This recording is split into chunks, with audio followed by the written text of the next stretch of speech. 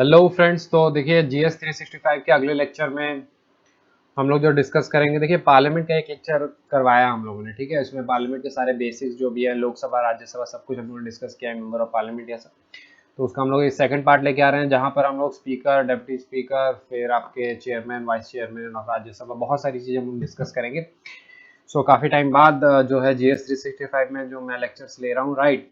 और पॉलिटी की बाकी आपको देखिए इस कोर्स की जो भी चीज़ें हैं वो सब कुछ पता ही होंगी, अगर आप इतने टाइम से फॉलो कर रहे हैं तो। इसका क्या सक्सेस रेशियो रहा था वो सब भी आपने देखा ही होगा। यहाँ 80% लिखा हुआ है, बट उससे भी ज़्यादा है। चलिए छोड़िए वो सब बातें, स्टार्ट करते हैं। तो बेसिकली जो है वो आज हम स्टार्ट करने जा रहे होंगे हमारा वेरी वेरी इंपॉर्टेंट कह सकते हैं, क्योंकि आमतौर पे देखिए पार्लियामेंट बहुत इंपॉर्टेंट सेगमेंट है, लेकिन पार्लियामेंट में कुछ सेगमेंट ऐसे होते हैं जो काफ़ी इंपॉर्टेंट है। देखिए जो फर्स्ट पार्ट करवाए हैं उस वो भी इंपॉर्टेंट है, क्योंकि पार्लियामेंट पूरा चैप्टर इंपॉर्टेंट है, लेकिन उतना ज़्यादा नहीं है।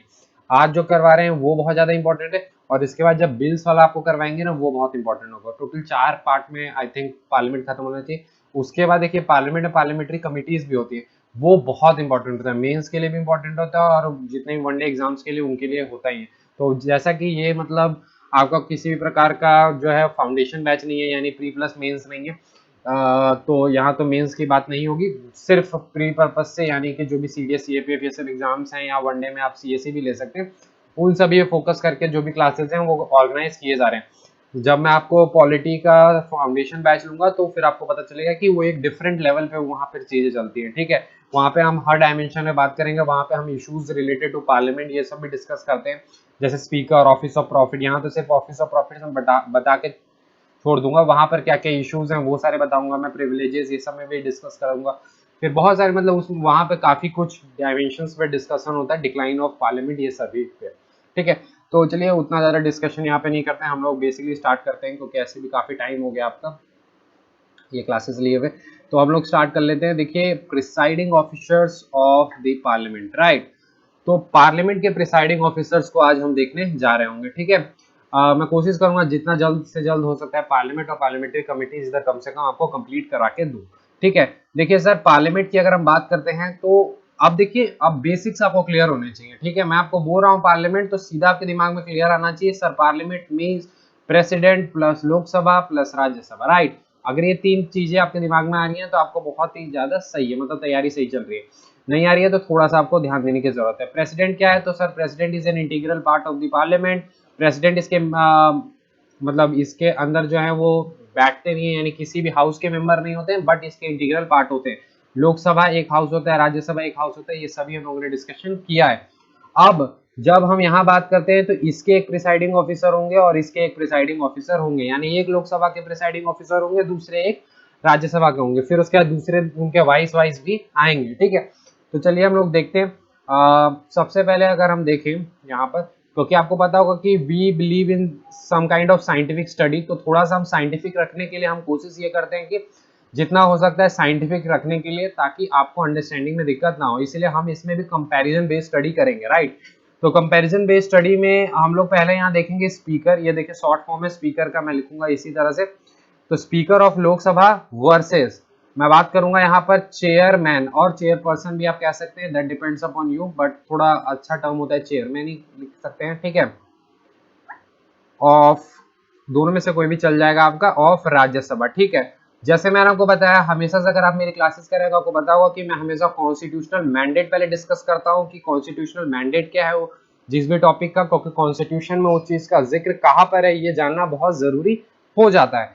तो अगर हम आर्टिकल की बात करते हैं स्पीकर ऑफ लोकसभा से रिलेटेड, तो स्पीकर ऑफ लोकसभा का अगर आर्टिकल की बात करें तो स्पीकर ऑफ लोकसभा जो आर्टिकल आता है वो 93 में आता है, right. Speaker of Lok Sabha comes under the 93 number article and this comes under the 89 number article. तो 89 आर्टिकल में आपका चेयरमैन ऑफ राज्यसभा आते हैं और स्पीकर ऑफ द लोकसभा जो है वो 93 में आते हैं। पहले थोड़ा सा बेसिक बात जानते हैं हम चेयरमैन ऑफ राज्यसभा के बारे में। तो chairman of Rajya Sabha is none other then your vice president, ठीक है। आपने देखिए कोई भी बुक पढ़ा होगा, वहां पर आपने ये लिखा हुआ देखा होगा कि vice president of India is the ex officio chairman of Rajya Sabha. What do you mean by ex officio chairperson?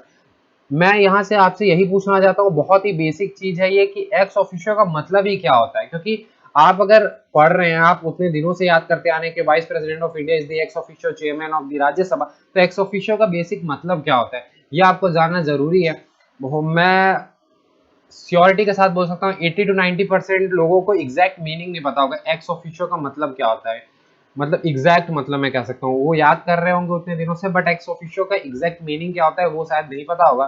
तो यहाँ पे मैं आपको क्लियर कर देता हूँ, बेसिक्स है। बिकॉज देखिए एक्स ऑफिशियो का मतलब ये होता है कि आप उसके एग्जैक्ट मेंबर नहीं है, आप एक पोस्ट पे हैं इसलिए आपको दूसरा पोस्ट मिल जा रहा है। आप वाइस प्रेसिडेंट हैं इसीलिए आपको चेयरमैन ऑफ राज्यसभा बना दिया जा रहा है, आप चेयरमैन राज्यसभा के नहीं है। आप वाइस प्रेसिडेंट हैं तो आपको जो है वो चेयरमैन भी बना दिया जा रहा है। दैट मीन्स अगर हम बात करते हैं एक्स ऑफिशियो की, तो यहाँ पर सीट की वैल्यू है। अभी देखिए ये चीज आपको थोड़ी क्लियर नहीं होगी, मैं एक एग्जाम्पल दूंगा तो आपको ज्यादा क्लियर होगा। ठीक है, देखिए for example prime minister is to be there. ठीक है, प्राइम मिनिस्टर है, आपको पता होगा कि prime minister is the ex officio chairman of NITI Aayog. ठीक है, नीति आयोग के ये एक्स ऑफिशियो चेयरमैन होते हैं। इसका मतलब ये होता है कि ये नीति आयोग के चेयरमैन नहीं है, ये प्राइम मिनिस्टर हैं, इसीलिए इन्हें जो है ऑटोमेटिकली नीति आयोग का चेयरमैन बना दिया गया है। That means to state that कि ये जो प्राइम मिनिस्टर का चेयर है, यानी ये जो पोजीशन है उसकी इंपॉर्टेंस है यहाँ पर। जो व्यक्ति यहाँ प्राइम मिनिस्टर है वही यहाँ पर नीति आयोग का एक्स ऑफिशियो मेंबर भी है। समझ रहे हैं आप, वो एक्स ऑफिशियो चेयरमैन भी है, यानी क्रेडिबिलिटी एज अ चेयरमैन वहां पर नहीं होती। फॉर एग्जांपल यहीं पर अगर मैं बात करूं वाइस चेयरमैन की, ठीक है, वाइस चेयरमैन की, तो हम वाइस चेयरमैन को अपॉइंट करते हैं, तो यहाँ पर्सन की इंपॉर्टेंस है सर, यहाँ पर चेयर की इंपॉर्टेंस नहीं है। अगर मान लेते हैं कोई व्यक्ति एक्स जो है वो प्राइम मिनिस्टर है कंट्री के, और कल के डेट में अगर वो प्राइम मिनिस्टर नहीं रहते हैं तो ऑटोमेटिकली उनकी चेयर की जो पोजीशन है नीति आयोग के चेयरमैन की वो चली जाती है। लेकिन अगर कोई व्यक्ति यहाँ पे वाइस चेयरमैन है और लेट से वो कहीं पे कोई और पोस्ट पे भी है, तो अगर उनकी वो पोस्ट जाती है तो यहाँ पर कोई फर्क नहीं पड़ेगा, क्योंकि यहाँ पर हमने वाइस चेयरमैन के रूप में इस पर्सन को नीति आयोग का अपॉइंट किया है। लेकिन यहाँ पर हमने पीएम को अपॉइंट नहीं किया, यहाँ पर पीएम है इसीलिए वो नीति आयोग के बन गए। कल कोई और वाई व्यक्ति अगर पीएम होगा वो डायरेक्टली नीति आयोग का बन जाएगा। समझ रहे हैं, यानी पर्सन का यहाँ इंपॉर्टेंस नहीं है। यहाँ पर जो वाइस चेयरमैन है हम पर्सन को सिलेक्ट, हम ऐसा नहीं कह रहे कि सर कोई व्यक्ति कहीं पर कुछ और होगा तब ऑटोमेटिकली बन जाएगा। नो, आपके पास वो डिफरेंट जो स्टेटस जो भी चीजें चाहिए क्राइटेरिया, अगर वो आप फुलफिल करते हैं तभी जाके आप वाइस चेयरमैन बनते हैं, अदर देन दैट नहीं बनते। उम्मीद करता हूँ मैंने जितना आपको एक्सप्लेन करने की कोशिश की है वो आपको क्लियर हो गई होगी। फिर भी डाउट रहता है तो आपको हमेशा आपके लिए कमेंट सेक्शन ओपन रहता है डाउट्स के लिए। बाकी डाउट्स के लिए आप जो है वो टेलीग्राम पे भी पूछ सकते हैं। टेलीग्राम आईडी आपको पता ही होगी, इनक्रेडिबल अभिषेक 10, इनक्रेडिबल अभिषेक 10 आप सर्च करते हैं, वहां पर डाउट क्लियरेंस आपको हम करते हैं। 24 आवर्स में हम कहते हैं, बट कभी कभी 48 आवर्स भी हो जाते हैं। रीजन है कभी कभी जो है कमेंट्स थोड़े ज्यादा, सॉरी जो क्वेरीज हैं ज्यादा आ जाते हैं, क्वेरी सजेशन सारी चीजें हैं। तो यहाँ क्लियर हो गया कि vice president is the ex officio chairman of the Rajya Sabha. और यहाँ पर अगर हम स्पीकर की बात करते हैं, सबसे पहले देखिए अगर ये ऑफिस की बात करें या इंस्टीट्यूशन की बात करें अगर हम, तो इसका जो ओरिजिन हमें देखने के लिए मिलता है, राइट, इसका ओरिजिन हमें गवर्नमेंट ऑफ इंडिया एक्ट 1919 से देखने के लिए मिलता है। ठीक है, 1919 के गवर्नमेंट ऑफ इंडिया एक्ट में जो है स्पीकर पोस्ट का बेसिकली जो है वो हमें देखने के लिए मिलता है। ये क्वेश्चन सीएपीएफ में आया हुआ है, मैं आपसे यहाँ पे पूछना चाहता हूँ, ये हिस्ट्री का पार्ट है बट आपको इसका आंसर देना है। अगर आप आंसर नहीं दे पाएंगे तो मैं आपको आंसर जो है वो चलिए नेक्स्ट वीडियो में बता दूंगा, या होगा तो कि जो भी करेक्ट आंसर देंगे ना उनको मैं हार्ट दे दूंगा। ठीक है, तो उससे आप समझ जाएंगे। सीएपीएफ में पूछा हुआ है पहले स्पीकर कौन थे। देखिए ध्यान से क्वेश्चन सुनिए, पहले स्पीकर इंडिपेंडेंट इंडिया के नहीं, वो तो अभी मैं बता दूंगा क्योंकि वो पॉलिटी का पार्ट है। यहाँ पर मैं हिस्ट्री की बात कर रहा हूँ, जब 1919 में स्पीकर का पोस्ट आया था उस समय लोकसभा का बेसिकली ओरिजिन नहीं था, तो उस समय आपके कौन थे। ठीक है, ये क्वेश्चन पता है 2020 में ही आया है, सीएपी 2020 में। ठीक है, हिंट है वी, ठीक है, आप समझदार हैं।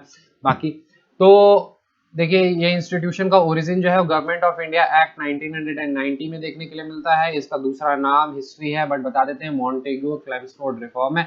बहुत इंपॉर्टेंट है sir, historical background of Indian historical background जो चैप्टर है आपका वो काफी इंपॉर्टेंट होता है। आपको स्टार्टिंग जो रेगुलेटिंग एक्ट से लेकर फिट्स इंडिया एक्ट, फिर चार्टर एक्ट जितने भी हैं वो सारे, फिर ये 1909, 1919, 1935 ये सारे एक्ट्स बहुत इंपॉर्टेंट होते हैं क्योंकि इससे रिलेटेड आपके क्वेश्चंस लगातार आते हैं, राइट।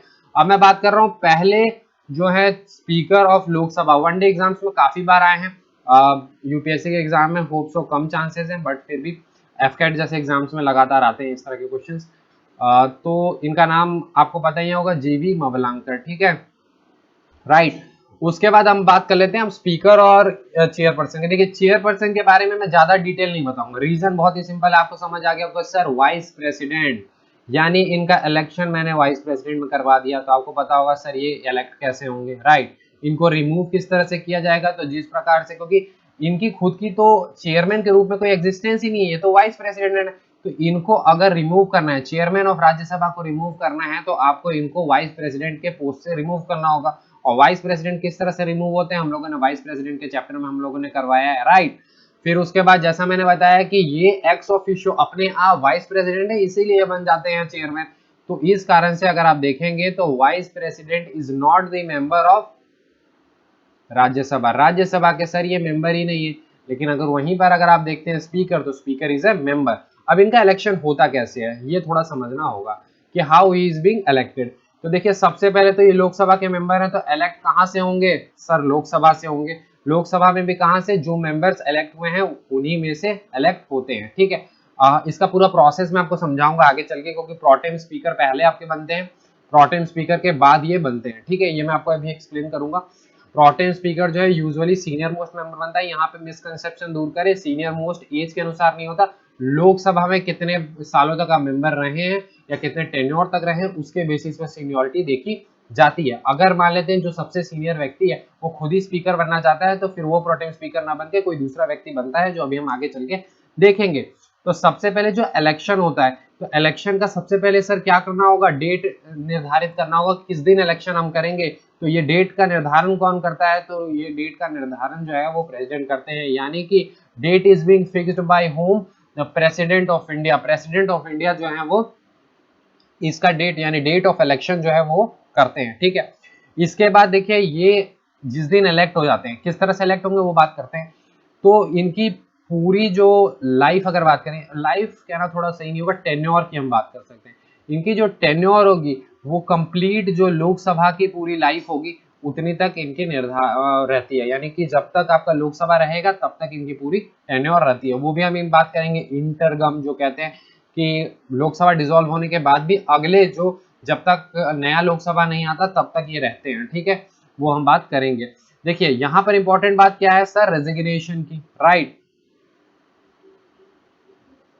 रेजिग्नेशन की। तो ये रेजिग्नेशन किसे देंगे, तो डेप्यूटी स्पीकर को देते हैं, ठीक है। अब ये सब मैं नहीं बताऊंगा, वाइस प्रेसिडेंट जो है अपना रेजिग्नेशन प्रेसिडेंट को देते हैं, ये सब हम लोगों ने करवा दिया है। तो यहाँ पर सारा वाइस प्रेसिडेंट में वही रहेगा, स्पीकर यहाँ नया है इसीलिए मैं स्पीकर कराऊंगा, वाइस प्रेसिडेंट आप वहां से करेंगे, समझ रहे हैं। इसीलिए मैं कहता हूँ बहुत ज्यादा साइंटिफिक है, अगर आप चीजों को साइंटिफिकली पढ़ते हैं तो बहुत ज्यादा इजीली आपका हो जाता है, ठीक है। तो रेजिग्नेशन किसको देंगे, तो डेप्यूटी स्पीकर को देंगे। अब डेप्यूटी स्पीकर किस तरह से होते हैं ये सारी हम डिस्कशन करेंगे।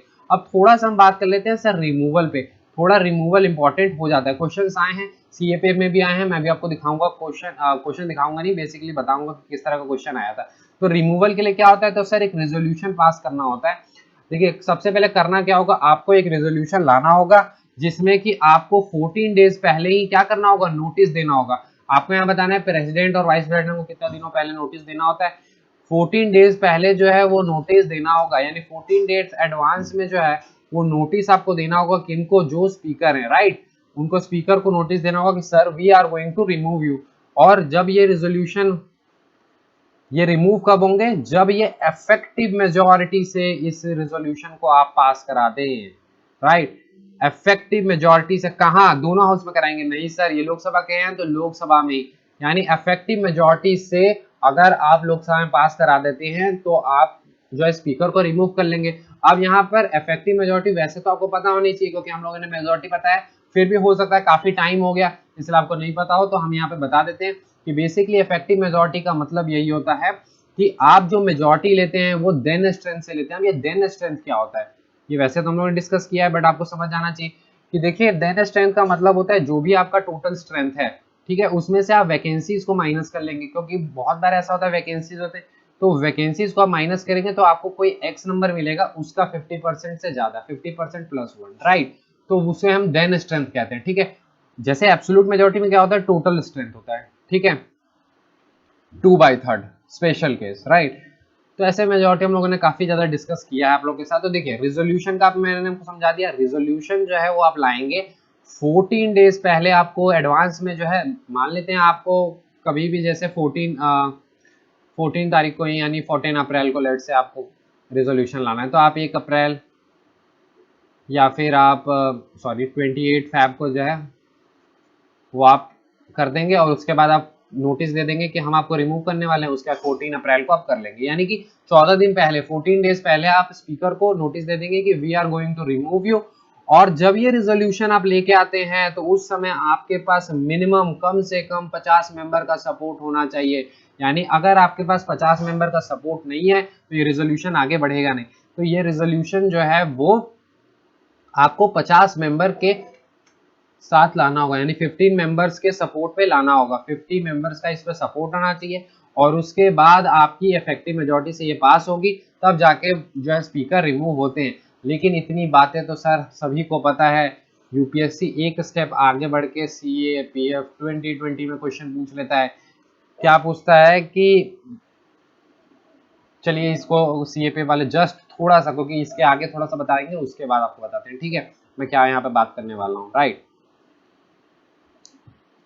देखिए जब हम बात करते हैं, चलिए नहीं तो यही बता देते हैं, फिर नहीं तो कंफ्यूजन ही हो जाएगा। देखिए जब ये रेजोल्यूशन पास होता है, ठीक है, तो उस समय जो हम एड्रेस की बात करते हैं, ये रेजोल्यूशन आप एड्रेस किसके सामने कराएंगे, यानी एड्रेस टू होम। ये रेजोल्यूशन जो है वो आप किसके सामने एड्रेस कराते हैं, तो you are doing that secretary general of Lok Sabha, ठीक है।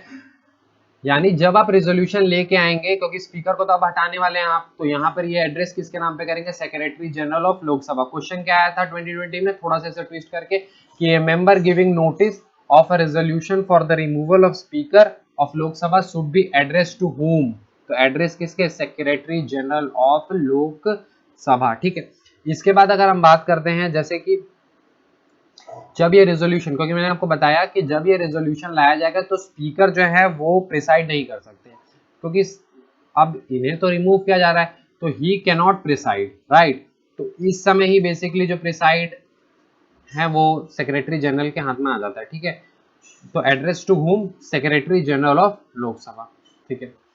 अब देखिए वैसे तो नॉर्मल केसेस की हम बात करते हैं, ठीक है। नॉर्मल केस में क्या होता है, जब हम स्पीकर ऑफ लोकसभा की बात करते हैं, राइट, तो स्पीकर ऑफ लोकसभा के पास जो है वोटिंग राइट्स तो हैं, बट वोटिंग राइट्स कब हैं, तो सर वोटिंग राइट्स जो हैं वो कास्टिंग वोट इसे कहते हैं। कास्टिंग वोट का मतलब है न्यूट्रलिटी मेंटेन करने की बात होती है। न्यूट्रलिटी का मतलब सर फर्स्ट इंस्टेंट में वोट नहीं करेंगे, we are not going to vote on the first instant. अगर आप स्पीकर हैं तो आप पहले इंस्टेंट में वोट नहीं करेंगे। अगर कभी ऐसा होता है टाई हो जाता है, if there is a tie, 50 लोग यहाँ से वोट कर रहे हैं, 50 लोग फेवर में, 50 लोग अगेंस्ट में, तो टाई हो गया, तो एक वोट आप यहाँ पर स्पीकर करके इस डेडलॉक को खत्म करेंगे, राइट।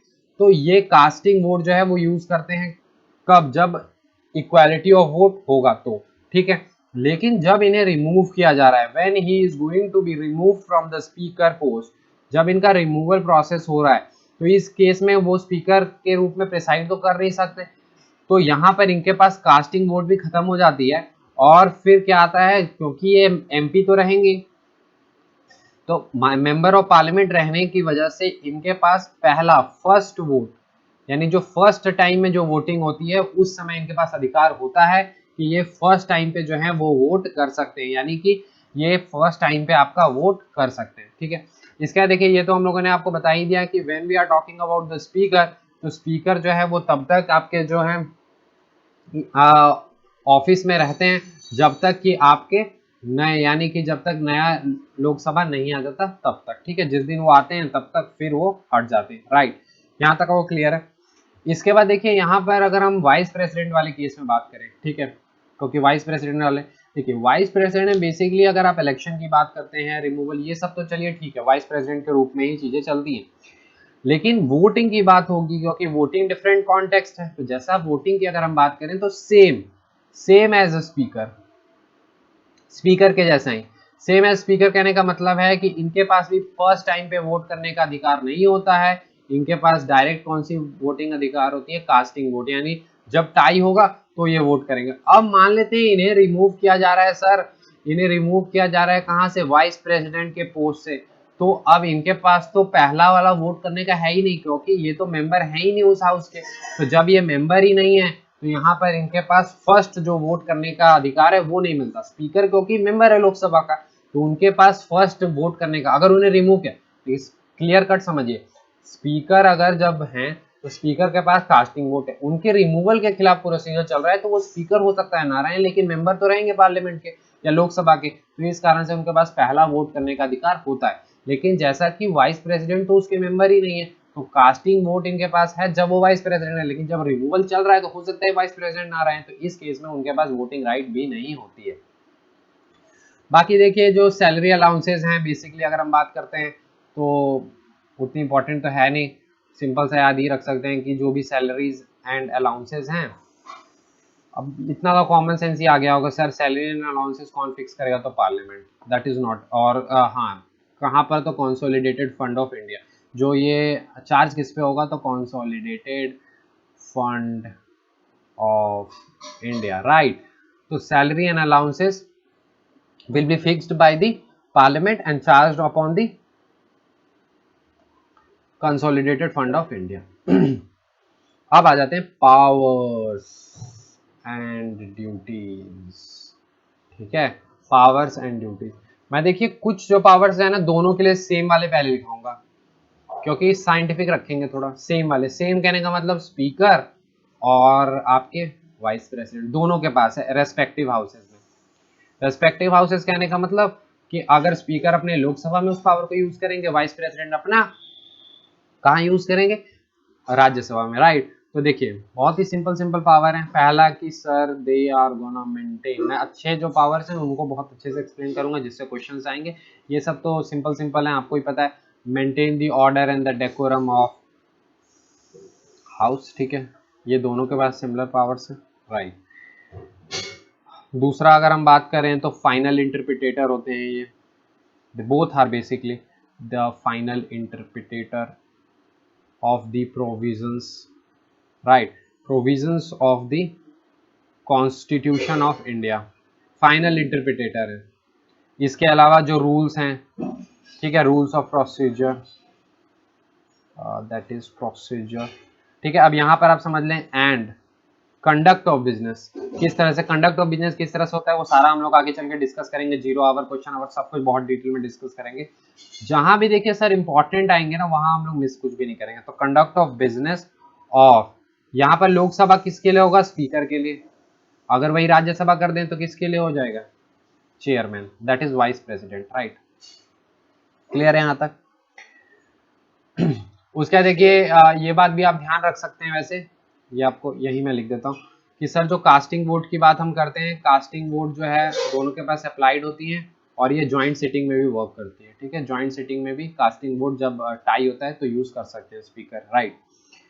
तो कास्टिंग वोट ज्वाइंट सिटिंग में भी काम करती है, इसमें किसी प्रकार की आपको दिक्कत नहीं होनी चाहिए। इसके बाद अगर हम बात करते हैं तो जैसे सीक्रेट, अगर किसी प्रकार का मान लेते हैं सीक्रेट सेटिंग्स होती हैं, बहुत बार इंपॉर्टेंट डिस्कशंस होते हैं, तो सीक्रेट सेटिंग्स भी बुलाई जा सकती हैं, ठीक है, किसके रिक्वेस्ट पे, तो लीडर ऑफ हाउस। अब लीडर ऑफ हाउस होता क्या है मैं आपको समझा दूंगा आगे। वैसे देखिए लीडर ऑफ हाउस लोकसभा में कौन होते हैं, अगर लोकसभा से प्राइम मिनिस्टर है तो यूजुअली प्राइम मिनिस्टर होते हैं, और अगर लीडर ऑफ हाउस की बात करें राज्यसभा से तो जिनको प्राइम मिनिस्टर अपॉइंट करते हैं जिस व्यक्ति को, वो आपके लीडर ऑफ हाउस राज्यसभा के हो जाएंगे, राइट। उसके अलावा देखिए और भी बहुत सारी चीजें होती हैं, फॉर एग्जांपल अगर आप बात करें एंटी डिफेक्शन के अंतर्गत, या फिर ऐसे भी अगर डिस्क्वालिफिकेशन की अगर बात करते हैं तो ये सब में भी जो इंटरप्रिटेटर है यानी जो डिस्क्वालिफिकेशन है वो सभी जो है वो स्पीकर के अंतर्गत ही आते हैं। पहले देखिए सर स्पीकर का जो डिस्क्वालिफिकेशन के अंदर जो भी वो डिसीजंस लेते थे वो जुडिशियल रिव्यू के अंतर्गत नहीं आता था, राइट, जुडिशियल रिव्यू के अंतर्गत वो नहीं आता था। लेकिन बाद में एक केस हुआ, that the case name is Kihoto, just a minute, is the eraser,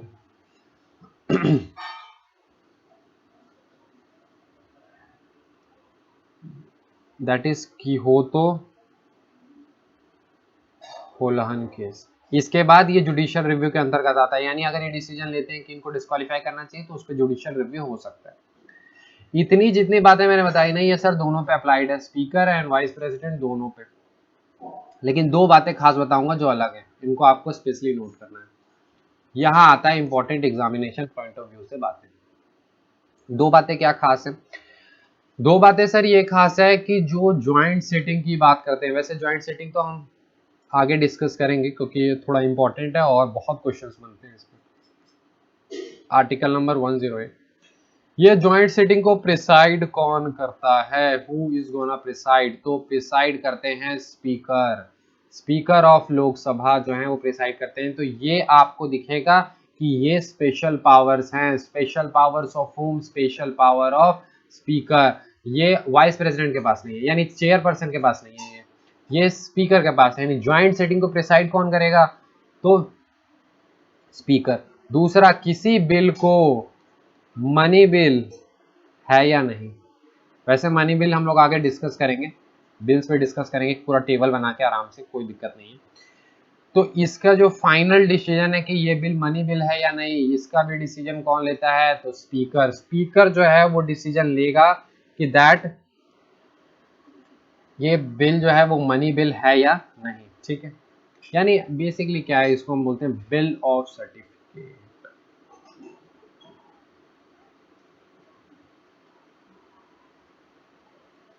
ठीक है। अब देखिए स्पीकर के दो फंक्शंस मैं आपको बता देता हूँ क्योंकि इससे दूसरे तरह से आपको रिलेट करके क्वेश्चंस आएंगे, तो इसलिए आपको याद रखना चाहिए। सर देयर आर, जैसे वो तो ऊपर जो हम लोगों ने बताया वो बताया। स्पीकर के हम मेनली जो है दो फंक्शंस देखते हैं। देखिए एक तो प्रिसाइडिंग ऑफिसर के रूप में हम लोगों ने देखा, अभी हम लोगों ने काफी बात भी किया है इस प्रिसाइडिंग ऑफिसर के रूप में, ठीक है। एक और ये फंक्शन करते हैं, ये पहला हो गया। दूसरा ये फंक्शन बेसिकली जो करते हैं वो एडमिनिस्ट्रेटिव हेड के रूप में करते हैं, administrative head of the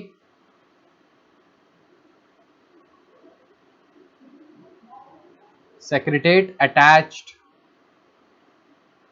two Lok Sabha. देखिए हर लोकसभा के साथ एक सेक्रेटेरिएट अटैच होता है, जिसके में हम लोगों ने अभी बात भी की थी कि सेक्रेटरी जनरल ऑफ लोकसभा को एडमिनिस्टर किया जाता है रेजोल्यूशन के टाइम पे। तो इसके भी एडमिनिस्ट्रेटिव हेड कौन होते हैं? ये।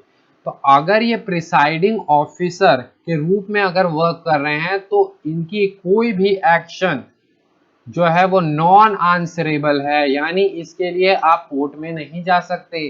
लेकिन when he is doing any of the job of the administrative head, तो यहाँ पर आप कोर्ट जा सकते हैं, यानी इसके लिए आंसरेबल है। अगर इन्होंने कोई भी decision as administrative head of secretariat लिया है तो इनको इनका जवाब देना होगा कि क्यों इन्होंने ये डिसीजन लिया है। लेकिन प्रिसाइडिंग ऑफिसर के रूप में अगर इन्होंने कोई भी डिसीजन लिया है तो उस डिसीजन के लिए ये लाइबल नहीं है, he is not gonna be liable, वो लाइबल नहीं है, राइट। यहाँ तक बात क्लियर है। अब इसके बाद देखिए हम आगे बढ़ते हैं। तो एक बात और यहाँ पर याद रख सकते हैं, स्टार मार्क करके लिख ले क्योंकि बहुत लोगों को कंफ्यूजन हो जाता है, तो इसीलिए स्पीकर वैसे इजी है, कोई ऐसा बड़ा बात मैं आपको नहीं बता रहा हूँ, बट वही ये लिखवा देते हैं क्योंकि फिर क्वेश्चंस आएंगे तो फिर आप कंफ्यूज हो जाएंगे, फिर बोलेंगे आपने कहाँ लिखवाया है, समझ रहे। Speaker is responsible to Lok Sabha, बहुत ही बेसिक सी बात है, बट अगर आप याद रखते हैं तो ये आप लोग के लिए इंपॉर्टेंट रहता है। अब देखिए कुछ बातें पार्लियामेंट्री कमेटी से भी रिलेटेड आप याद रख सकते हैं। देखिए जितने भी चेयरमैन, वैसे मैं आपको करवाऊंगा पार्लियामेंट्री कमेटी तो वहां तो बताऊंगा ही, जितने भी चेयरमैन आप पार्लियामेंट्री कमेटीज के बेसिकली देखते हैं, राइट, तो उनको अपॉइंट कौन करता है? तो सर स्पीकर, ठीक है। स्पीकर जो है जितने भी मतलब पार्लियामेंट्री कमेटी जो भी लोकसभा के होते हैं उनको कौन अपॉइंट करता है? तो speaker. Speaker appoints the chairman of all parliamentary committees of Lok Sabha, ठीक है। और उनके फंक्शंस को बेसिकली सुपरवाइज भी करते हैं, सुपरवाइज द फंक्शंस, ठीक है। वो जब क्या सुपरवाइज करते हैं ये सब हम लोग पार्लियामेंट्री कमेटी में देखेंगे, ठीक है। और ये ऑटोमेटिकली, अब देखिए यहाँ पर भी आपको याद रखना, अब आपको समझ आ रहा होगा कि एक्स ऑफिशियो का मतलब क्या है, कि he is the ex officio chairman, कौन? Speaker. Speaker is the ex officio chairman of business advisory committee. इसके अलावा रूल्स कमेटी, ये सारे क्या क्या कमिटीज होते हैं, कितने मेंबर्स होते हैं, सब मैं करवाऊंगा। मैं सिर्फ 3 कमिटीज नहीं कराता सर, मैं 5-6 कमिटीज आपको कराऊंगा, सिर्फ 3 नहीं, पब्लिक अकाउंट्स कमेटी और वो एस्टिमेट कमेटी, ये सब करवा के मैं छोड़ूंगा नहीं, ये सब भी इंपॉर्टेंट कमिटीज होती हैं, इसलिए ये भी करवाना बहुत इंपॉर्टेंट है। तो एक आपका हो गया रूल्स कमेटी, दूसरा होता है general purpose committee, general purpose committee. तो इन सभी के वो ऑटोमेटिकली एक्स ऑफिशियो चेयरमैन होते हैं। वैसे अगर देखें तो स्पीकर अगर खुद को किसी भी कमेटी का मेंबर बना लेते हैं तो ऑटोमेटिकली जो है उस कमेटी के ये चेयरमैन बन जाते हैं। Same is the case with the deputy speaker as well, right. इसके बाद देखिए कुछ इंडिपेंडेंस भी दिए गए हैं, बिकॉज अगर वर्क करना है तो इंडिपेंडेंस होना बहुत जरूरी है, इंडिपेंडेंट होना। तो इंडिपेंडेंस दी गई है इनके पोस्ट को, जैसे कि इनके पास सिक्योरिटी ऑफ टेन्योर है, ठीक है, ऐसा नहीं है कि मतलब इनकी पूरी टेन्योर होती है, राइट। तो सिक्योरिटी ऑफ टेन्योर इनको दिया गया। इनके जो सैलरी अलाउंसेस हैं वो पार्लियामेंट के द्वारा फिक्स होती है, जो कि कंसोलिडेटेड फंड पे होती है, ठीक है। इनके जो भी मतलब क्या बोलते हैं जो भी वर्क होते हैं या कंडक्ट होते हैं, वर्क और कंडक्ट मैंने भी बताया आपको, they are basically non answerable, वो आंसरेबल नहीं है किसी पे। और अगर इनकी पोस्ट की बात करें और जो ऑर्डर है, ऑर्डर ऑफ प्रेसिडेंट्स मैं आपको करवाऊंगा लास्ट में, क्योंकि वो लास्ट में सही रहता है। वैसे यहाँ बता देता हूँ 7th नंबर पे आते हैं ऑर्डर ऑफ प्रेसिडेंट, फर्स्ट पे कौन आते हैं, प्रेसिडेंट, ठीक है। तो 7th पे आते हैं जो कि चीफ जस्टिस ऑफ इंडिया के इक्विवेलेंट होते हैं। सभी कैबिनेट मिनिस्टर से क्या है, ऊपर है ये, एक्सेप्ट अगर आप प्राइम मिनिस्टर को ले लें या डेप्यूटी प्राइम मिनिस्टर को ले लें, बाकी ये सभी से क्या होते हैं, ऊपर आते हैं, राइट। उसके बाद देखिए सर एक आते हैं that is your pro tem speaker,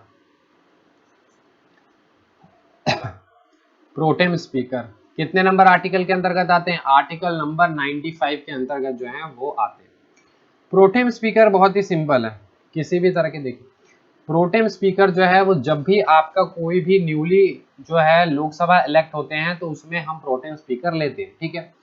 pro tem speaker जो है बेसिकली अपॉइंट कौन करता है इनको, तो बेसिकली इनको अपॉइंट करते हैं प्रेसिडेंट, और इनको ओथ भी कौन लिवाते हैं, तो इनकी ओथ भी जो है वो प्रेसिडेंट ही लिवाते हैं। अगर प्रोटेम स्पीकर की बात करें तो ये सबसे ज्यादा सीनियर मोस्ट मेंबर होते हैं, लेकिन सीनियर मोस्ट जो है वो किस प्रोस्पेक्टिव में, तो लोकसभा के ईयर्स के, यानी कितना टेन्योर उन्होंने लोकसभा, एज नहीं है sir, age this is not the age, age नहीं है, लोकसभा में कितने सालों तक उन्होंने रहे हैं लोकसभा के एमपी के रूप में, उस बेसिस पर उनको ये किया जाता है। इनका मेनली जो फंक्शंस है वो ओथ, जितने भी मेंबर ऑफ पार्लियामेंट्स हैं उनके ओथ करवाना ही होता है, राइट। और उसके बाद फिर जो इलेक्शन ये सब होते हैं ये सारा देखना होता है। इसके बाद देखिए प्रिसाइडिंग ऑफिसर देख लिया, फिर दो इंपॉर्टेंट हम जो देखेंगे वो बहुत इंपॉर्टेंट है, that are the leaders, leaders of parliament, parliament के लीडर्स। तो दो बेसिकली हो जाएंगे, एक होंगे यहाँ पर डेप्यूटी स्पीकर और यहाँ पर होते हैं डेप्यूटी चेयरमैन, राइट।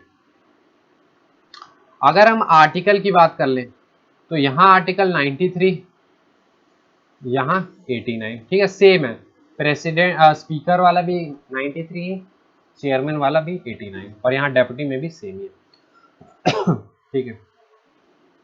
देखिए डेप्यूटी स्पीकर में मैं आपको बता दूं कन्वेंशन है, यहाँ कन्वेंशन नहीं है, वो ऑटोमेटिक सी बात है सर, वाइस प्रेसिडेंट जब चेयरमैन है तो ये कन्वेंशन वर्क कैसे करेगा।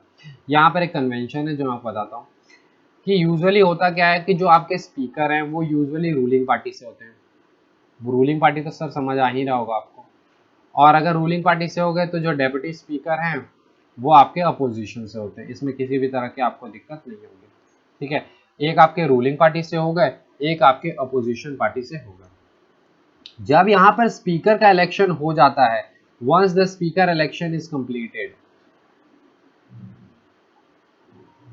तो उसके बाद हमारे जो डेप्यूटी स्पीकर हैं उनका इलेक्शन करवाया जाता है, राइट। देखिए डेप्यूटी चेयरमैन में वैसा कोई भी कन्वेंशन नहीं है, रूलिंग पार्टी अपोजिशन ये सब कुछ भी वर्क नहीं करता है, ठीक है। देखिए अगर हम बात करते हैं डेप्यूटी चेयरमैन, डेप्यूटी चेयरमैन को अगर मान लेते हैं रेजिग्नेशन देना है, ठीक है, तो वो किसको देंगे, ऑटोमेटिक सी बात है चेयरमैन को देंगे। वाइस वर्सा ट्रू नहीं है सर, यहां देखिए क्या होता है, मैं थोड़ा क्लियर करता हूं। स्पीकर अपनी रेजिग्नेशन डेप्यूटी स्पीकर को देते हैं और डेप्यूटी स्पीकर जो है वो स्पीकर को देते हैं, क्लियर है। यहाँ पर वैसा नहीं है। रेजिग्नेशन जो है डेप्यूटी चेयरमैन चेयरमैन को देते हैं, लेकिन चेयरमैन जो है वो अपनी रेजिग्नेशन किसे देंगे? ऑटोमेटिक सी बात है, प्रेसिडेंट को देंगे। There is no doubt about it, क्योंकि वो कौन है? He is none other than the vice president. ठीक है, क्लियर है?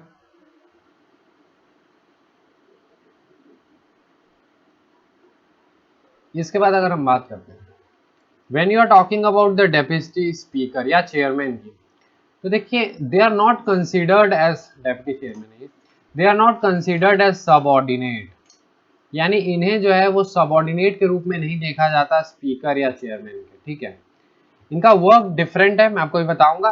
Basically they are responsible to their houses. ये लोग अब रेस्पॉन्सिबल, जिस तरह से स्पीकर रेस्पॉन्सिबल किसको है? लोकसभा को। चेयरमैन तो यहाँ नहीं है रेस्पॉन्सिबल, ये अपने रेस्पॉन्सिबल होंगे रिस्पेक्टिव हाउसेस पे, ये आपके रेस्पॉन्सिबल होंगे अपने लोकसभा के, ये रेस्पॉन्सिबल होंगे, यानी सबऑर्डिनेट नहीं है, they are not subordinate to the chairman. ठीक है, सबऑर्डिनेट नहीं होते। और जहां तक इलेक्शन की बात है, they are gonna be elected from their houses only. Lok Sabha से आपके स्पीकर, राज्यसभा से डेप्यूटी चेयरमैन। क्लियर है यहाँ तक?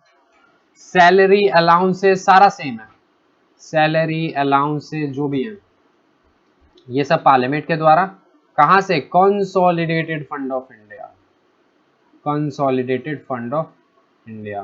ठीक है, कंसोलिडेटेड फंड ऑफ इंडिया के अंतर्गत आता है। और अगर हम यहाँ पर रिमूवल की बात करेंगे तो सर, रिमूवल की अगर आप बात करेंगे तो रिमूवल सेम है, मैंने भी आपको बताया था रिमूवल सेम है। Removal is same as the speaker, speaker के या फिर स्पीकर ही मिलनी, क्योंकि वही तो रिमूवल सेम है। उसी प्रकार से इफेक्टिव मेजॉरिटी से इन्हें हटाया जाता है 14 डेज का रेजोल्यूशन देके। वो जो सेम प्रोसीजर है वो सेम प्रोसीजर यहाँ भी फॉलो होगा। राइट, देखिए मैंने आपको बताया था कि who presides the joint sitting, article number 108, speaker. Right, अगर स्पीकर प्रेजेंट ना हो तो डेप्यूटी स्पीकर। ठीक है, चेयरमैन ना लगाइएगा, डेप्यूटी स्पीकर। क्लियर है? अब देखिए मेन फंक्शंस क्या हैं आखिर। देखिए अगर मान लेते हैं स्पीकर किसी कारण से एब्सेंट हैं, तो हु इज गॉन एब्सेंट, लिख देते हैं एब्सेंट। तो यहाँ पर जो स्पीकर के पोस्ट पे काम करेंगे वो कौन करेंगे? Deputy speaker. यानी स्पीकर अगर एब्सेंट हैं तो कौन उनके पोस्ट पे काम करेगा? Deputy speaker. लेकिन मान लेते हैं डेप्यूटी स्पीकर भी एब्सेंट हो तो क्या होगा? तो क्या होगा? और इसी पे सीए पे अपने क्वेश्चन पूछे, जहां पर चीजें एंड होती है उसके आगे वाला एक स्टेप आगे जो है यूपीएससी आमतौर पे क्वेश्चन पूछता है। तो इसी के लिए सर एक बनाया गया, सेम है मतलब अब यहाँ पर मैं हर बार नहीं, ये थोड़ा कॉमन सेंस है सर। चेयरमैन ऑफ राज्यसभा भी आप लेंगे यहाँ पर, डेप्यूटी चेयरमैन सेम, अगर ये एब्सेंट होंगे तो ये आएंगे, फिर अगर मान लेते हैं ये भी एब्सेंट हो जाए तो इन्हीं के लिए panel of chairperson of Lok Sabha, slash vice chairperson of Rajya Sabha. ठीक है, इससे चीजें सेलेक्ट होती हैं। मैं आपको थोड़ा समझा देता हूं कि पैनल ऑफ चेयरपर्सन और इनको नॉमिनेट कौन करता है? तो they are nominated by speaker और चेयरमैन। अब कॉमन सेंस लगाइए, अगर लोकसभा वाला होगा तो स्पीकर, और अगर राज्यसभा वाले होंगे तो चेयरमैन। ठीक है, इसमें 10 से ज्यादा मेंबर्स नहीं होते, नॉट मोर देन 10 मेंबर्स। 10 से ज्यादा मेंबर्स आपको देखने के लिए नहीं मिलेंगे, यहाँ पर आपको 10 से ज्यादा मेंबर्स देखने के लिए नहीं मिलेंगे। और ये जब एब्सेंट होंगे तभी इनमें से होते हैं। अगर ये सीट्स वैकेंट हो जाएं, if this seats are vacant, मान लेते हैं कि ये सीट वैकेंट हो गया चेयरमैन का, डेप्यूटी चेयरमैन का, तो वैकेंट के केस में इनका रोल नहीं आता। वैकेंट के केस में फिर प्रेसिडेंट का रोल आ जाता है कि प्रेसिडेंट किसे सेलेक्ट करते हैं, whomsoever। ठीक है, फिर इस केस में जिसको प्रेसिडेंट सेलेक्ट करेंगे वो ही वर्क करते हैं। ठीक है, और ये पैनल ऑफ चेयरपर्सन को सैलरी ये सब कहाँ से आएगा? तो सर सैलरी ये सब जो भी है वो पार्लियामेंट डिसाइड करेगी और कंसोलिडेटेड फंड ऑफ इंडिया से आता है, राइट। इसका देखिए एक एग्जाम्पशन बताता हूँ, बहुत इंपॉर्टेंट है, आप में से बहुत सारे लोग नहीं जानते होंगे, कुछ लोग जानते भी होंगे। देखिए एग्जाम्पशंस क्या है, एग्जाम्पशंस जो हैं वो ये है कि सर राज्यसभा में अगर आप बात करते हैं डेप्यूटी चेयरमैन, क्योंकि यही इसके मेंबर हैं। अगर हम बात करते हैं आपके लोकसभा की, तो यहाँ स्पीकर, डेप्यूटी स्पीकर, ठीक है, ये लोग ना 10th शेड्यूल से एग्जेम्प्टेड है। 10th शेड्यूल है क्या, एंटी डिफेक्शन में, जब एंटी डिफेक्शन कराऊंगा वहां ही बताऊंगा वैसे तो। Anti 52nd amendment act, 52nd amendment act क्या, कि देखिए एंटी डिफेक्शन में बेसिकली क्या कहा गया है, वैसे हम आगे बताएंगे आपको इसको। एंटी डिफेक्शन में ये कहा गया है कि अगर आप वॉलेंटरीली, अगर आप अपनी पार्टी रिजाइन करते हैं ना, तो आप मेंबर ऑफ पार्लियामेंट से डिस्क्वालीफाई हो जाते हैं, ठीक है। अब मान लेते हैं किसी पार्टी से आपने खड़े होते हैं, आप इलेक्शन जीतते हैं, और उसके बाद अगर आप उस पार्टी के साथ कंटिन्यू नहीं करते, उस पार्टी से आप रिजाइन कर लेते हैं, तो उस केस में आप मेंबर ऑफ पार्लियामेंट भी नहीं रहते हैं। लेकिन speaker, deputy speaker, deputy chairman, इन सभी के साथ ऐसा नहीं है। अगर ये लोग स्पीकर, डेप्यूटी स्पीकर ये सब बन जाते हैं अगर बाई चांस, तो फिर ये इजीली अपनी जो पार्टी थी, जिस भी पार्टी से हो, एक्स पार्टी से, उस पार्टी को छोड़ सकते हैं। एंटी डिफेक्शन के अंतर्गत इन्हें रिजाइन नहीं, डिस्क्वालीफाई नहीं माना जाएगा। यहाँ तक कि फिर उसके बाद ये बाद में किसी दूसरे पार्टी को भी ज्वाइन कर सकते हैं, कंप्लीट होने के बाद, टेन्योर कंप्लीट होने के बाद, ठीक है। बाकी हो गई लीडर ऑफ हाउस, मैंने आपको बता दिया है, ठीक है। लीडर ऑफ हाउस बता दिया कि लीडर ऑफ हाउस जो है वो बेसिकली रूल्स ऑफ हाउस के अंतर्गत आता है। रूल्स ऑफ हाउस मतलब rule of Lok Sabha, rule of Rajya Sabha, दोनों के रेस्पेक्टिव होंगे। ये इसका कहीं भी जिक्र आपको कॉन्स्टिट्यूशन में नहीं मिलता, not mention in the constitution. Leader of house basically prime minister होते हैं, ठीक है, जहां पर वो मेंबर होते हैं।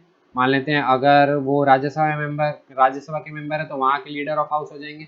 अगर लोकसभा के मेंबर हैं तो लोकसभा, प्राइम मिनिस्टर पता है ना कि दोनों में से किसी के हो सकते हैं, ये मत सोचिए सर लोकसभा, राज्यसभा के भी हो सकते हैं, डॉक्टर मनमोहन सिंह, तो जिसके भी हैं उसके हो जाएंगे लीडर ऑफ हाउस। फिर उसके बाद दूसरे हाउस के वो जिसको भी सेलेक्ट करते हैं वो आपके लीडर ऑफ हाउस बन जाते हैं, ठीक है। इसके बाद देखिए जो सबसे इंपॉर्टेंट हम लोग डिस्कशन करेंगे, ये थोड़ा इंपॉर्टेंट आप लोग के लिए हो भी जाता है, वैसे मेंस पॉइंट ऑफ व्यू से ज्यादा इंपॉर्टेंट है, बट फिर भी आपको याद रखना चाहिए। Leader of opposition, this is very very important. Leader of opposition काफी इंपॉर्टेंट है। Leader of opposition in Lok Sabha and Rajya Sabha, देखिए ये जो है ना 1977 के एक एक्ट के अंतर्गत जो है लीडर ऑफ अपोजिशन स्टार्ट किया गया था। कौन बन सकता है, कैसे बन सकता है, वो मैं अभी आपको बताऊंगा। बेसिकली 1977 के अंतर्गत जो है इनको रिकॉग्निशन दिया गया था। वैसे अगर देखेंगे first time recognition, first time जो रिकॉग्निशन हमें देखने के लिए, या फर्स्ट टाइम हमें देखने के लिए कब मिलते हैं, तो 1969 में ही देखने के लिए मिल जाते हैं लीडर ऑफ अपोजिशन। लेकिन इन्हें स्टैट्यूटरी रिकॉग्निशन जो है, मैं लिख देता हूँ यहाँ पर, स्टैट्यूटरी रिकॉग्निशन 1977 के एक्ट के अंतर्गत ही मिलता है, ठीक है।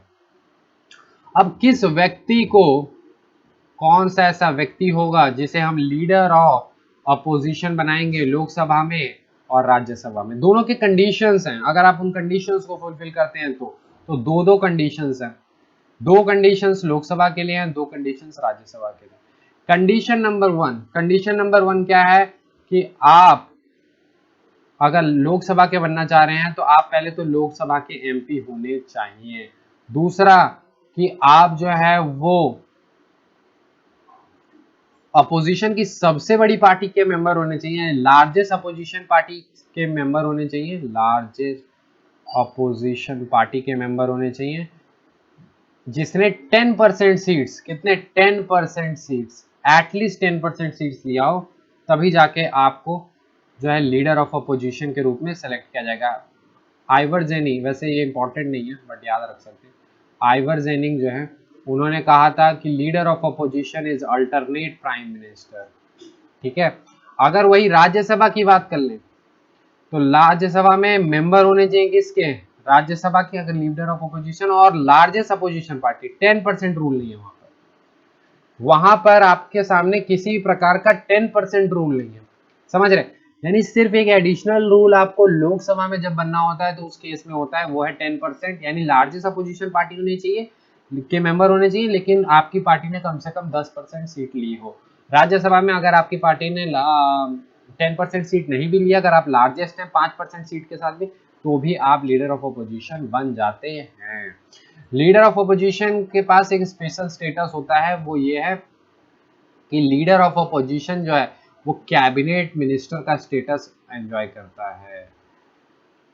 व्हाट इज कैबिनेट मिनिस्टर, हम लोगों ने डिस्कस किया है, तीनों टाइप के मिनिस्टर्स हम लोगों ने डिस्कस किया है, cabinet minister, state ministers, other minister में, तो वहां हम लोगों ने डिस्कस किया है। उसके बाद देखिए एक और जो है वो हम लोग डिस्कस कर लेते हैं यहाँ पे, वो है विप। बहुत आसान होता है, मैं आपको यहाँ लेमन लैंग्वेज बता देता हूँ। पहले देखिए सर, विप जो है ना कॉन्स्टिट्यूशन में जिक्र है ना रूल्स ऑफ हाउस में जिक्र है। रूल्स ऑफ हाउस आप समझ रहे होंगे, रूल्स ऑफ हाउस मतलब क्या सर, लोकसभा का, राज्यसभा का, ठीक है। ना ही आपको कॉन्स्टिट्यूशन में जिक्र मिलता है, ना ही रूल्स ऑफ हाउस में विप का कहीं भी जिक्र मिलता है। विप होता क्या है, विप जो है वो हर एक पॉलिटिकल पार्टी के पास होती है। वो पॉलिटिकल पार्टी इसे यूज करती है, कब यूज करती है, लेट से कभी ऐसा एक बहुत ही इंपॉर्टेंट मुद्दा है जहां पर उनको वोटिंग की जरूरत है, तो वो एक विप जारी करेंगे कि हमारे सारे जितने भी हमारे मेंबर्स हैं हमारे पार्टी के, वो सभी आकर इसी व्यक्ति को या इसी इशू पर जो है वो वोट करें। और उनको ये करना पड़ता है, नहीं तो उनको पार्टी फिर मतलब वो मेंबर ऑफ पार्लियामेंट नहीं रहते। तो विप का मतलब ये होता है, एक ऑर्डर है ये, कि अगर किसी पॉलिटिकल पार्टी ने कह दिया कि भाई आपको इस पे वोट करना है या इतनी अटेंडेंस की हमें जरूरत है, कभी कभी ऐसा भी होता है अटेंडेंस के लिए भी होता है, इंश्योरिंग द अटेंडेंस, तो अटेंडेंस के लिए विप जारी किया जा सकता है। बेसिकली जो है ये यूज किया जाता है to regulate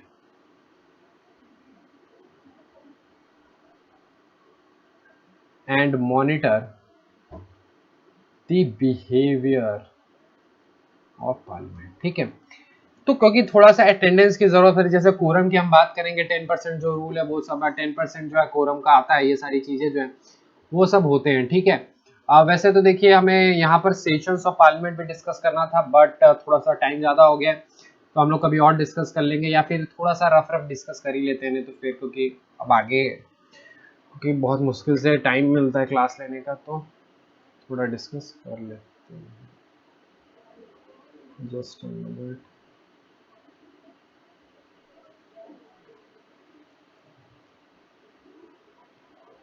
okay, sorry for the disturbance. देखिए चलिए डिस्कस कर लेते हैं 10 मिनट टाइम लेके सेशंस के बारे में, ठीक है। सेशंस ऑफ पार्लियामेंट, या फिर ऐसा करते हैं कि हम लोग अगले सेशंस में, अगले सेशन में ही लेते हैं, क्योंकि फिर ये सेशन ऑफ पार्लियामेंट में समॉन, एडजॉर्नमेंट, अजॉर्नमेंट, सीनेडी, प्रोरोगेशन सारा डिस्कस करना पड़ेगा, तो इसको अगले सेशन में ही करते हैं, बिकॉज फिर करीब करीब अभी 30 मिनट्स और चाहिए, उसको पूरा डिटेल में डिस्कस करेंगे, क्योंकि यहीं पे फिर लैब्स वाला भी डिस्कस कर लूँगा मैं, लैब्स ऑफ बिल, उसमें एक डायग्राम बता के आपको बता दूंगा कैसे कैसे लैब्स होते हैं, तो इसको अगले ही में रखते हैं, ठीक है।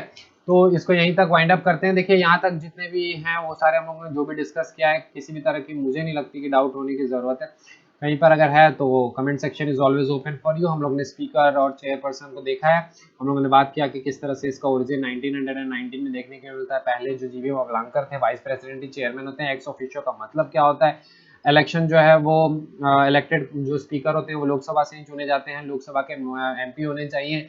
डेट जो है इलेक्शन का वो प्रेसिडेंट चुनते हैं। इनकी जो टेन्योर होती है वो लोकसभा के लाइफ के बराबर होती है। वोटिंग की बात करें तो दोनों के पास कास्टिंग वोट होता है, लेकिन जब रिमूवल प्रोसेस चल रहा है तो रिमूवल प्रोसेस के टाइम पर उनके पास जो है वो कास्टिंग वोट ना रह के फर्स्ट टाइम वोट होता है। लेकिन यहाँ पे चेयरपर्सन के पास तो वो भी नहीं रहता, क्योंकि चेयरपर्सन तो यहाँ पे मेंबर भी नहीं रहते हैं।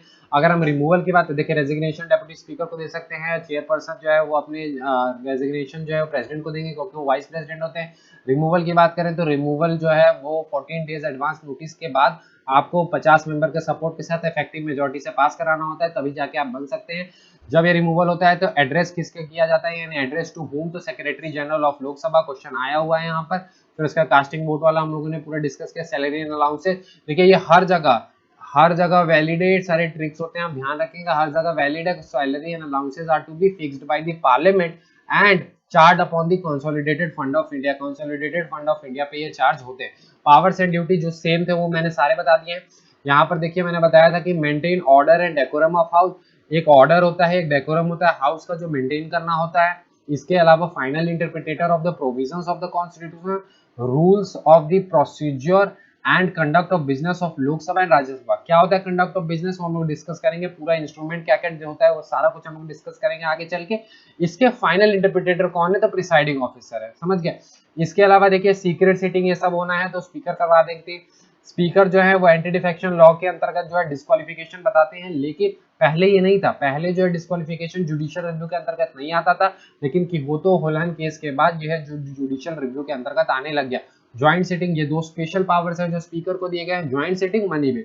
मनी बिल जो पहले सर्टिफिकेशन यानी कि बिल ऑफ सर्टिफिकेट कौन देता है इसको, तो स्पीकर देते हैं। और ज्वाइंट सेटिंग को प्रिसाइड कौन करते हैं, तो ज्वाइंट सेटिंग को प्रिसाइड भी आपके स्पीकर लोकसभा ही करते हैं। स्पीकर के मेनली दो फंक्शंस होते हैं, प्रिसाइडिंग ऑफिसर जिसके लिए वो आंसरेबल नहीं होते, लेकिन एडमिनिस्ट्रेटिव हेड ऑफ सेक्रेटरीट के रूप में जब वर्क करते हैं तो वो आंसरेबल होते हैं। Speaker is responsible to the Lok Sabha, deputy speaker is responsible to the Lok Sabha, deputy chairman is responsible to the Rajya Sabha, right. उसके बाद चेयरमैन ऑफ किसी भी पार्लियामेंट्री कमेटी जिसके वो मेंबर बनते हैं उसके ऑटोमेटिकली वो चेयरमैन बन जाते हैं। बाकी अगर किसी भी पार्लियामेंट्री कमेटी के अगर किसी को चेयरमैन अपॉइंट करना है तो वो स्पीकर करते हैं, और अगर राज्यसभा की कमेटी है पार्लियामेंट्री कमेटी तो उस केस में चेयरमैन करते हैं। ऑटोमेटिकली एक्स ऑफिशियो चेयरमैन होते हैं बिजनेस एडवाइजरी कमेटी के और रूल्स ऑफ कमेटी के, इसके अलावा जनरल पर्पस कमेटी के भी, ठीक है। इसके बाद प्रोटेम स्पीकर की हम लोगों ने बात की कि वो न्यूली इलेक्टेड में बनते हैं, और उसका डेप्यूटी स्पीकर जब एब्सेंट में होते हैं ये सारे। तो बहुत कुछ हम लोग डिटेल में डिस्कस किया, मिलते हैं अगले वीडियो में। So thank you and have a nice